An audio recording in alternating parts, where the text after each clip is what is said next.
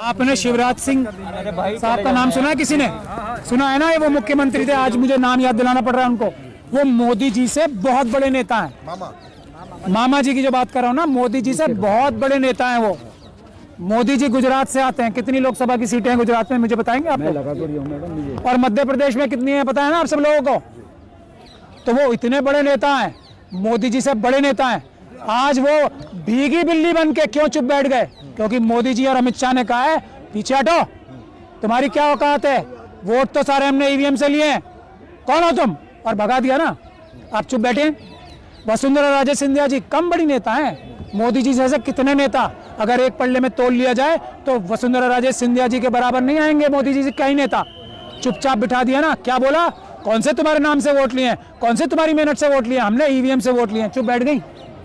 उसी तरीके से रमन सिंह साहब कितने बड़े नेता हैं, मोदी जी से तो बड़े ही हैं, उनको भी चुप बिठा दिया ना। ये है ईवीएम की ताकत। आप उनकी बात करें, जिसको चाहा उसको जिताया, जिसको चाहा उसको हराया।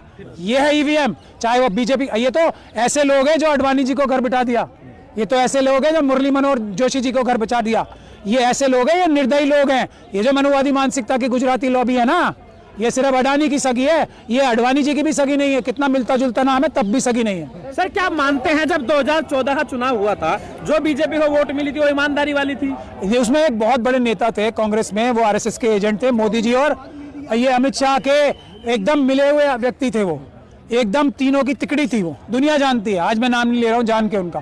तो ये उन्होंने नाम ले दीजिए। राहुल जी उनसे नाराज हो गए थे, दुनिया जानती है। ये नाम नहीं ले रहा मैं, आप सब जानते हैं। आज मत ले नाम, क्योंकि मुद्दा भटक जाएगा फिर। तो उन्होंने सेट करके ईवीएम मोदी जी को जिताया था 2014 का भी चुनाव में। ये आपको बता रहा हूँ, उसी व्यक्ति ने अमित शाह साहब की बेल कराई थी सुप्रीम कोर्ट से।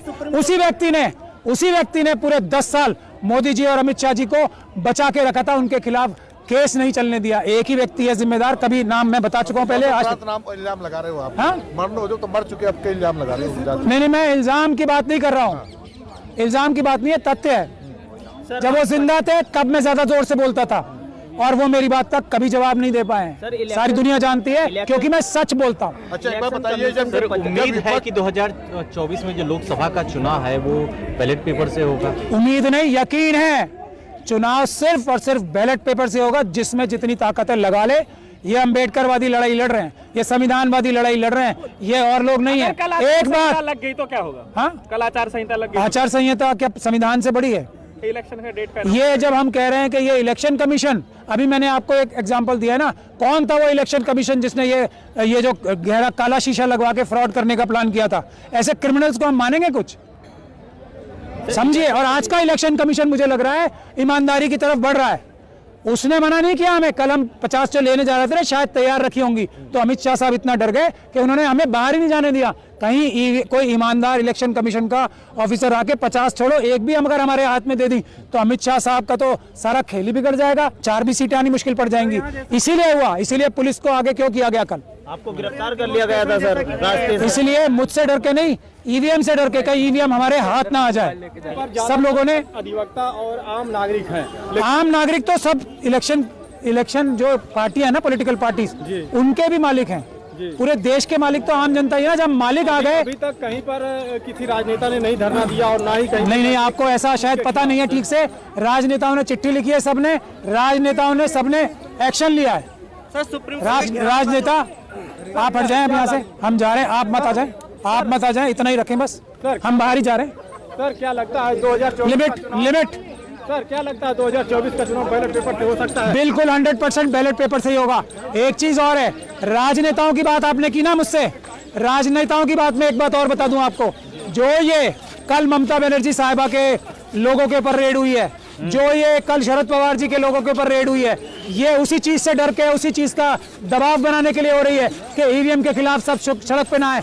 हम वकीलों की टीम गारंटी लेती है, हम किसी नेता के घर अब ऐसी नाजायज रेड, अब ऐसी क्रिमिनल रेड नहीं होने देंगे। हम गुजारिश करते हैं, हमें बताएं, हम आके रक्षा करेंगे। इस वक्त वकीलों की जिम्मेदारी है, हम हर एक राजनेता को, हर एक पॉलिटिकल पार्टी के नेता को इस जुल्म वाली, इस बेईमानी भरी रेड से बचाएंगे। ये हम वकील लोग वादा कर रहे हैं आप लोगों से।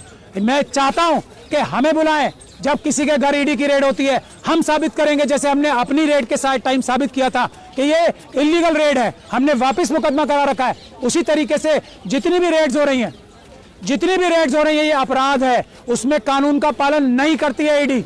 और ईडी के खिलाफ मैं कहता हूं कि ये मुकदमे दर्ज होने चाहिए, क्योंकि वो निष्पक्ष रूप से रेड नहीं कर रहे हैं। एक भी बीजेपी वाले के खिलाफ रेड नहीं की। और जो